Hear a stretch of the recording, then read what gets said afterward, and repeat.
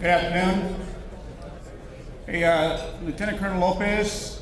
I am the President of the Officers Association, and it's my pleasure to introduce Major General Bohac. He's a tag for Nebraska. However, he is here in his capacity within NGUAS as the Vice Chair on the air side. He was elected last year at the Chicago conference, and it's a 2-year term, and he's here to talk to us about our 2015 NGUAS priorities. With that, sir? Yeah, thanks.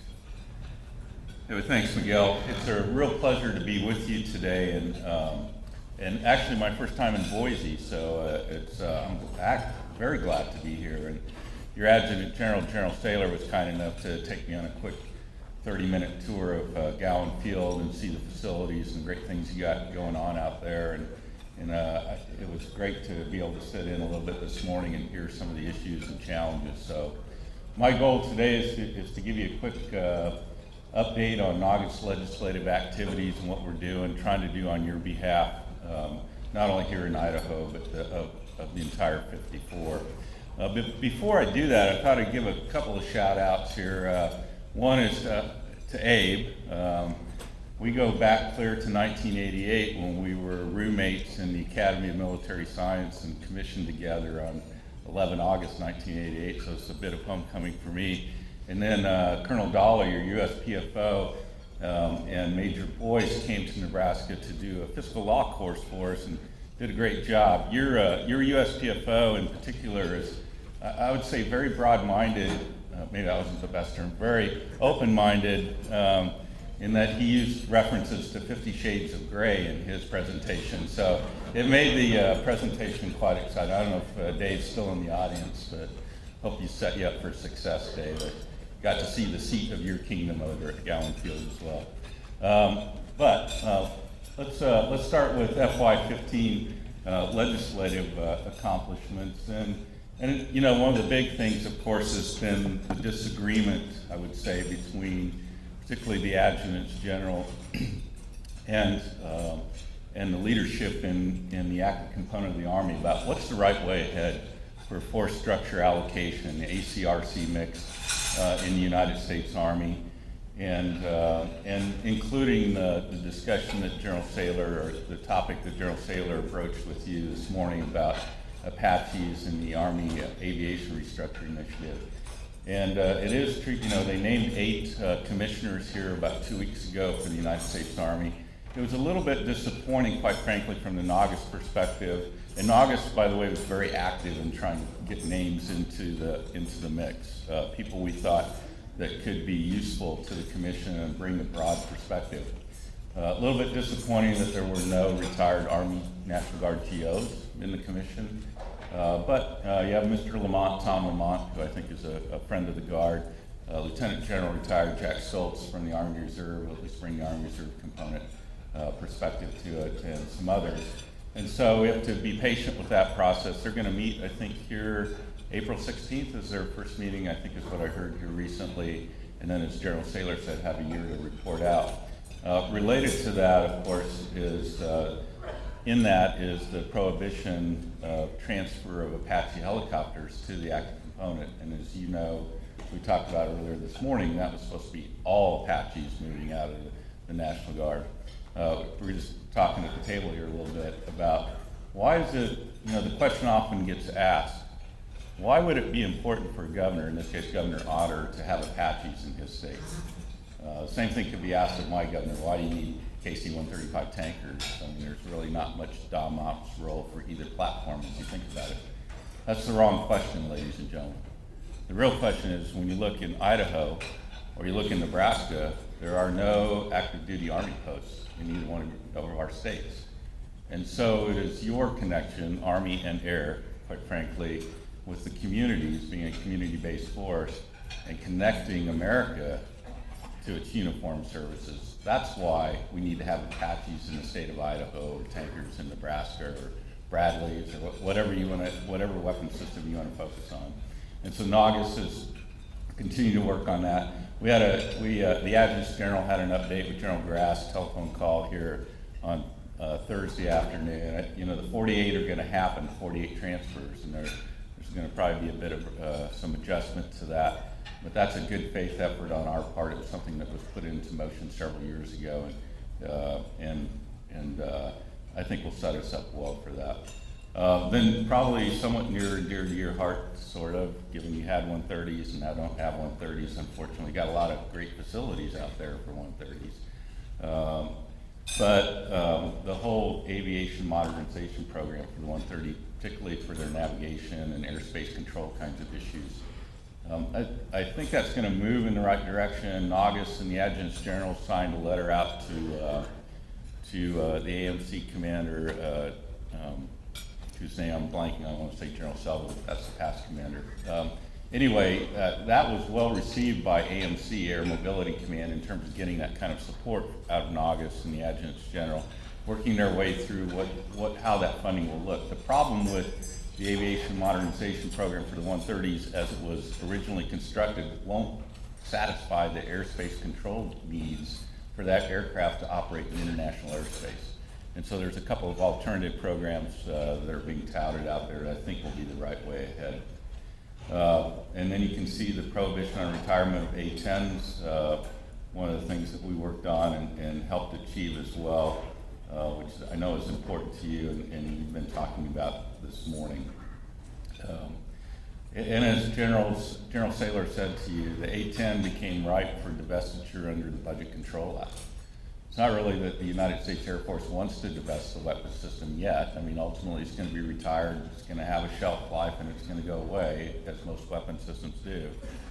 But under the Budget Control Act, it was a weapons system that they could take in whole, retire out of the inventory, and move manpower against the F-35 maintenance endeavor in particular was the challenge. So I think if they had the money, I don't think you'd be hearing Secretary James or General Welch talking about divestiture of the A-10. So NGUAS continues to work and support retention of the A-10 in the fleet. Guard and Reserve account, it's in pretty good shape. Last year in the FY15, you're going to see the same kind of plus up, I think, when the budget finally rolls. Both the House and Senate have passed a budget plan. It's a resolution. It's not the budget itself. It's the guideline or the roadmap to trying to eventually pass a DoD appropriations bill later this year. And then fixed to future reserve retirement calculation. As some of you may know, beginning in 2008, if you had 90 days accumulated in any fiscal year, you could then turn in contingency operations and other Title 10 status, you could get your retirement date reduced by the same period. But it had to occur all in one fiscal year. Well, fortunately in the NDA 15, that got fixed to where you can cross fiscal years. So if you deploy in September and you don't return home until November, for example, you can get all 90 days applied to that. So it's a win for all of us. And then the ongoing battle with National Guard counter-drug program. The challenge there is that's not, even though it's a congressional line item, it's not in the DoD budget. And so every year it's a struggle to get that program fully funded across the 54. And we've been seeing reduced funding streams in counter-drug program for some time now with a move towards threat-based kind of funding. I can tell you in my own state, we've reduced the staffing model. We're doing much less in that program than we used to, even though Interstate 80 continues to be a drug movement corridor in our state. 16 budget, President's budget overview. As you can see, we have our work to do for NGUAS. Army National Guard, even though the commission was put into play, there's still a move, as you can see, to reduce Army end strength to 342 from its current 350.2. And congruent with that move is also loss of full-time manning in the Army National Guard. Well, as you know, if you don't have full-time manning, you get your units organized, ready for the training to do, your readiness drops, and if your readiness drops, you become vulnerable, and it's really this kind of what I would say NGUAS would view as not to have a touch of paranoia perhaps, but the NGUAS perspective would be it seems almost like a deliberate plan to deliberately reduce readiness in the Army National Guard. And therefore it fulfills the argument that the Army National Guard's not ready. So we'll continue to work on that. Some good things, 2 CTC rotations with enablers. That's really a value-added thing, and General Saylor talked about that originally as well. I'm not going to talk about all of those, but bottom line is, even with the 16 President's budget, which came in $38 billion, over the Budget Control Act, it's not going to recover the readiness we lost in FY15 this current year because of budget constraints in the Army National Guard. Air National Guard, much better story for us currently. I would say the relationship with the leadership in the Air Force might be as good as I've ever seen it in my 37-year career in some ways. And I would say to you that part of the reason I would say that is at the end of February, General Saylor and I were back in DC for meetings, both with the Adjutants General Association, with General Grass. And across that 4 days of meetings, we had an hour with Secretary James, an hour with General Carlisle from ACC, which has not happened with the Adjutants General for some time in terms of Air Combat Command leadership coming in. And then an hour and a half with General Welsh, the Chief of Staff. Those same kinds of invitations went out to the Army leadership, and we didn't have any contact with senior Army leadership during that week, which is unfortunate. So the Air Guard's looking pretty good. There's a bump to 104, 500 airmen increase, in-strength increase, probably largely based for cyber kinds of initiatives, I would say. And so the funding looks pretty good. Again, the joint struggle, and I already talked about counter-drug a little bit, but good money for yellow ribbon reintegration. That's a program that gets a lot of love from Congress and seems to be easy to support. So issues going forward. Well, of course, sequestration. General Saylor said it this morning, and all the chiefs, the Joint Chiefs are testifying to this, the service secretaries. If we have to live under Budget Control Act, we're going to have to figure out what we're not going to do of all the requirements laid out in the national security strategy, and that means increased risk for all of us, I think. To continue to press and continue to ask for it. Now, the FY16 budget resolutions add $90 billion in OCO dollars, as General Saylor talked about. The challenge with that is that OCO dollars can only be used for OCO things. So it doesn't really replace your in-garrison training requirement dollars that you're losing as a result in the budget. And so even Senator McCain in this week's, I think it was Inside Defense News, called it a budget gimmick, but one we're going to have to live through this year, the FY16 year, to try to get this right. But I don't see much appetite for changing Budget Control Act. It seems to be a driving force on the Hill, and one in which I think we're going to have to live with for some time. One of the changes that the Senate has a strong Guard caucus. In the House, they have a Guard and Reserve caucus. There's a move afoot to create a separate Guard caucus in the House now. Representative Tim Walsh, who's a retired Command Sergeant Major from the state of Minnesota, now serving in the House, I think is leading that effort. And so we may see that emerge out here in the next year. If you've not had a chance, NGUAS has published a kind of a review of the Military Compensation and Retirement Modernization Commission study that came out here a couple months ago. It's actually a pretty good study. There's a lot of, I think, good things for the National Guard in there, ways to think differently about our retirement systems, not getting to that fiscal, that cliff of retirement, 20 years, and then you get there. But building in a sliding scale, using a 401k, TSP kind of concept, I think those could be good things for our retention, taking that first-term airman, first-term soldier, and showing them if they stick around, you're going to get vested more fully into these kinds of programs. And also having the government contribute some percentage of that airman or soldier's pay, I think can be a win-win for us. One thing that's not in there that came out in the Quadrennial Defense Review pay study a few years ago was this idea that we should go away from the so-called 2-for-1 pay for UTAs or IDT weekends. That's not in this this commission study. I think that's a good thing. We know exactly how busy we are on IDTs and UTAs and what we're trying to accomplish in those 2 short days. But more importantly, the QDR commission said, well, let's change it to where we're paying them BAS and BAH. Well, by the time you do that, you really probably aren't saving any money. And so I don't think you're going to see that come up again. I think when that 2-for-1, go 1-for-1 proposal came out of the QDR recommendation, that pretty quickly initially got some traction, but then as you all let your congressional delegations know about why that's a bad idea, I think that any interest in that left the building pretty quickly. So that was a good thing. Preserving combat aviation. Again, the argument really is if you pull the Army National Guard out of combat aviation, where's the capacity and the ability then, if this nation ever needs it, and it probably will, because we've seen it time and time again, is one, surge capacity in combat attack aviation in particular for the Army. But also, if we continue down this Budget Control Act approach, where's the capacity then in the Army National Guard to absorb Apache helicopters and maintainers and other folks into our formations, into our force structure as a way to preserve that capacity?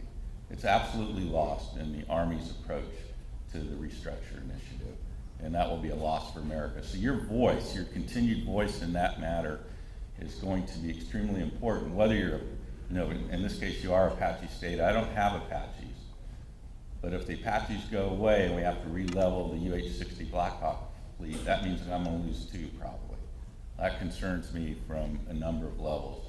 And the other comment that General Saylor made this morning I thought was really interesting. So back in 2012, as the Air Force was pulling F-16s out of the Air National Guard, the counter proposal came back and kind of the negotiation was, well, we'll give you 130s because that's what governors want. Again, wrong answer, and it's the wrong answer for the Army National Guard to pull Apaches out and try to replace them with tactical lift helicopters with the UH-60. Better than nothing, obviously, but the right answer is to keep the Army National Guard in full spectrum operations, and that's what NGUAS is arguing for. I've already touched base on force structure and strength and full-time manning, so I won't get into that. In the cyber endeavor, that's, it's the buzzword of the day, isn't it? And, the Army National Guard just announced 3 teams. One was a multi-state team and a couple other single-state teams for the next wave of cyber bed down. And then General Grass asked the Army and Air to coordinate a little bit because Air is going to announce sometime this year, probably later this summer, it sounds like. General Clark will be announcing 4 cyber operations squadrons. And of course, General Saylor did a great job showing me the facilities he got over on Gallen Field, just standing ready to be filled with one of those. And I told him, well, Nebraska's got one too, Gary. And so I offered to arm wrestle him on the hood of the vehicle, but he didn't want to do that, which is good for me because I'm not lost. And then there will be 7 more Army National Guard cyber units, cyber protection teams named later this year. And so the plus side for the Air National Guard is those are funded entities. I think the Army National Guard is still trying to figure out how they're going to fund and place that force structure. That's part of their struggle. But continuing to work to make sure we're involved in that. I'll talk membership in the next slide or so here. Resolutions process. Actually, Colonel McCandless is a task force chair for Combat Air Forces for NGUAS. You're the deputy, right? I'm sorry. Yeah. The deputy for that task force. She was kind enough to agree to that, to do that last fall. The importance of the task forces are that they allow, once the body passes a set of resolutions, then to prioritize the level of effort for the legislative staff. The risk NGUAS has always is there's a lot of good resolutions out there, but if we're going to pass 200 resolutions, there's no way the legislative staff, and I'm talking 200 combined between Army, Air, and Joint, there's no way that the National Guard Association legislative staff can operationalize 200 resolutions. So the task force are empowered with are charged with, if you will, of taking those resolutions for their area, in this case, Combat Air Forces, saying what are the priority levels of effort, and working with the staff back in Washington, D.C. to make that happen. So we have to be a little bit cautious about the number we pass, because it dilutes our power on the Hill if we have too many. And if you hand a book to a military legislative aide or analyst on one of the CODEL staffs, it's got 200 resolutions in it, what's your guess they're going to read it? We got to help them focus on what the right things are for them to work on our behalf. And so task force resolutions and the legislative staff back in the building do a great job of that.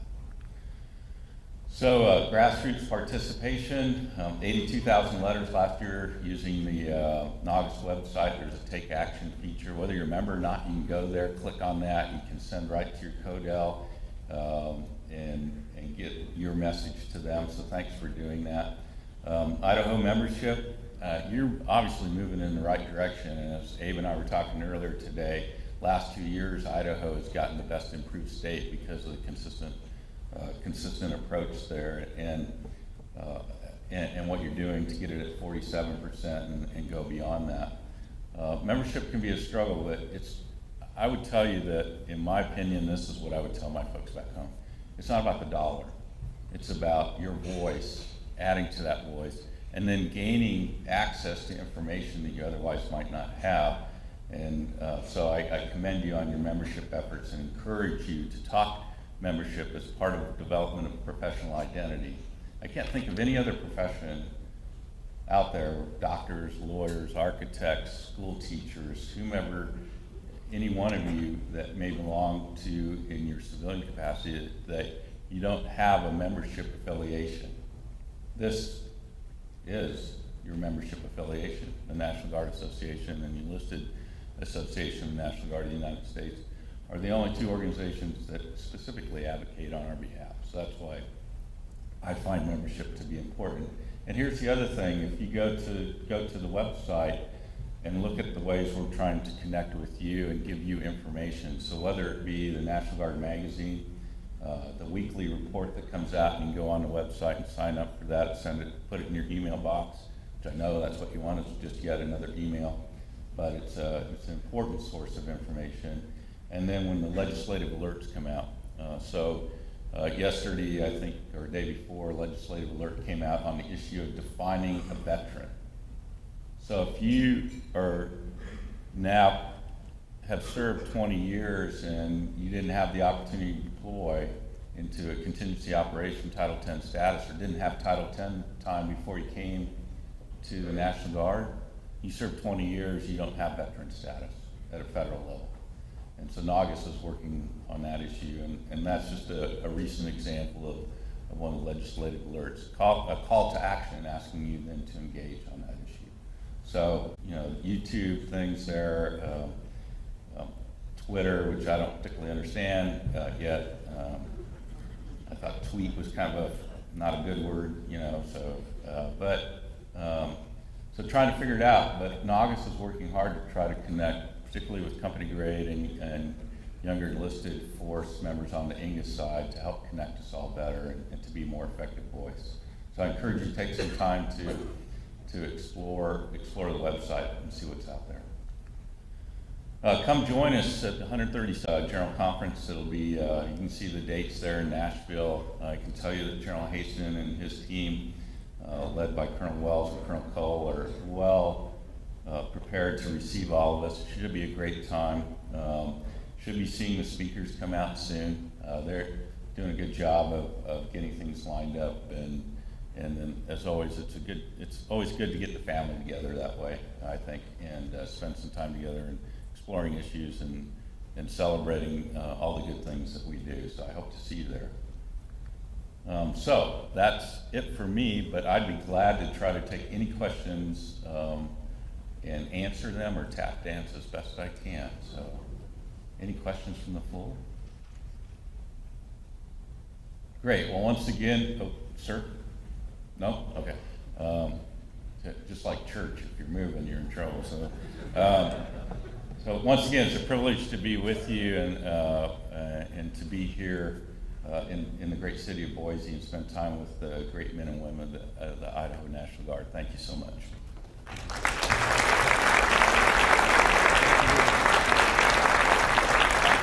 Honoring the leadership that's here, we appreciate you coming. I know how busy your time is. Yeah. So taking the time to come out and visit us, that's why we really appreciate you coming. I know that General Sanders is busy right now, or he'd be here thanking you also, so thank you. Yep, great. My pleasure. Thank you. Thank you so much. Appreciate it. Yes, thank you.